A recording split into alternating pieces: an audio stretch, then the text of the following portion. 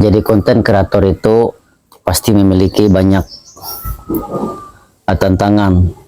Apabila ada salah satu dari konten kita yang FYP, pasti memiliki banyak komentar-komentar yang tidak enak kita lihat. Begitulah tantangannya. Contohnya seperti ini. Syirik bisa juga kembali ke zaman berhala.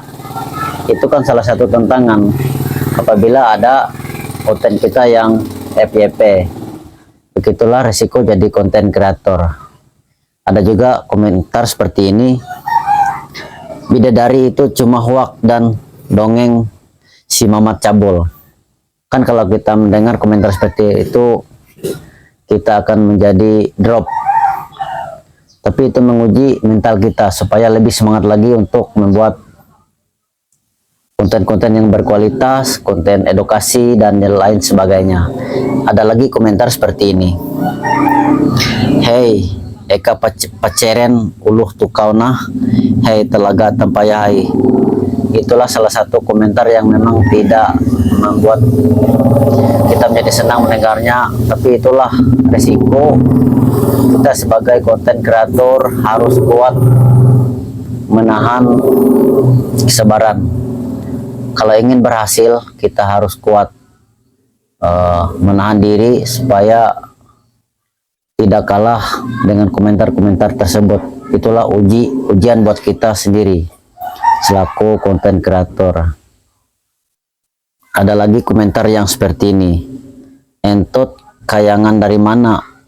Kita kan membuat konten itu sesuai isi dari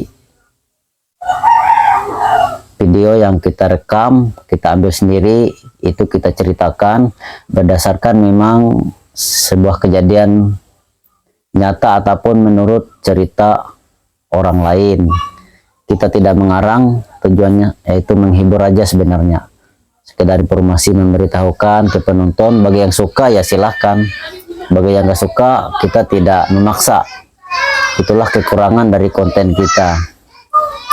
Ada lagi komentarnya seperti ini. Hanya di Indonesia yang bisa dibodohin. Padahal kita nggak bodoh-bodohin orang. Itu cuma cerita yang kita dengar dari orang tua ataupun memang orang-orang yang memang tinggal di situ. Kalau kita kembali ke masa lalu, kita kan tidak mungkin kita di zaman sekarang hanya mendengarkan cerita orang zaman dahulu dan tidak kita ketahui seperti apa ceritanya oleh kita dilahir di zaman-zaman era 2000-an ini. Kan pasti kita tidak tahu apa yang terjadi di masa lalu. Ini ada lagi komentarnya, tipu saja setan yang mandi bukan bidadari. Kan komentar yang sangat tidak baik sekali sebenarnya, tapi dari komentar-komentar seperti ini kita bisa